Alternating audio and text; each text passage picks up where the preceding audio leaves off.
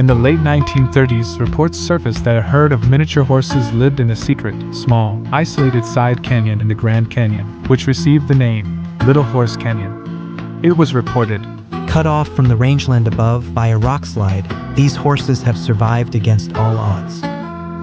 Jack Tucker was a train engineer from Williams, Arizona. He had lived part-time at the Grand Canyon for 20 years. In the 1930s, he started writing interesting articles for magazines across the country, including the Saturday Evening Post. In May 1937, he published the amazing news that he had found pygmy horses in the Grand Canyon. He claimed that in the 1920s, a 100-year-old Havasupai, Old Smiley, had shared with him the story of the miniature horses and the location of the Little Horse Canyon. He said that Smiley had left normal-sized horses in the isolated canyon in about 1850. When he returned many decades later, he discovered that the descendants of these horses had become increasingly smaller.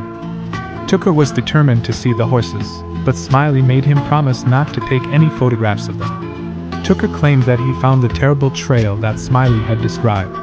He said, "To descend it, I would have to shake hands with the devil every foot of the way."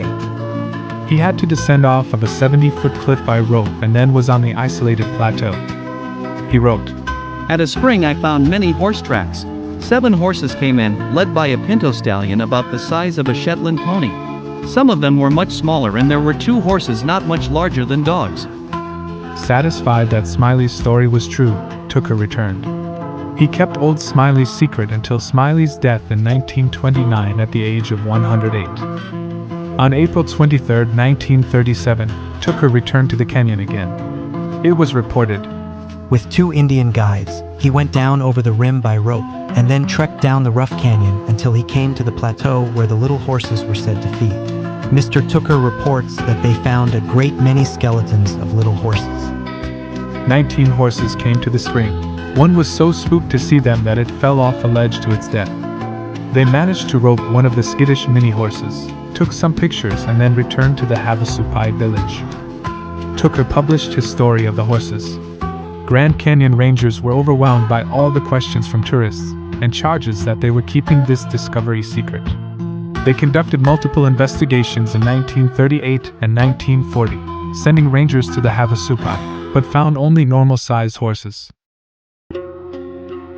It was reported back, "The canyon blocked off by landslides in which pygmy horses are supposed to have evolved is a myth."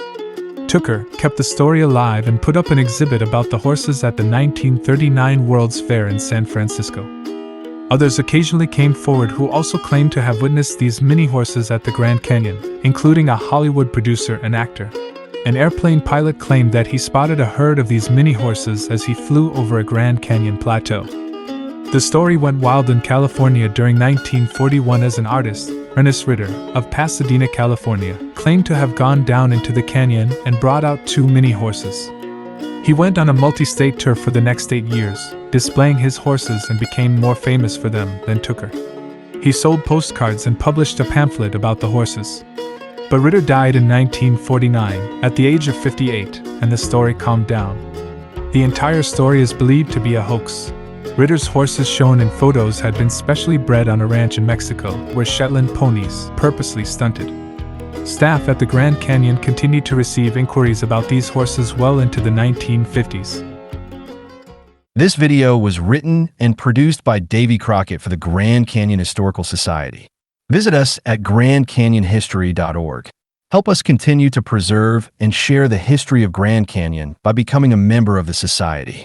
Also, use the subscribe button below to receive more videos like this one.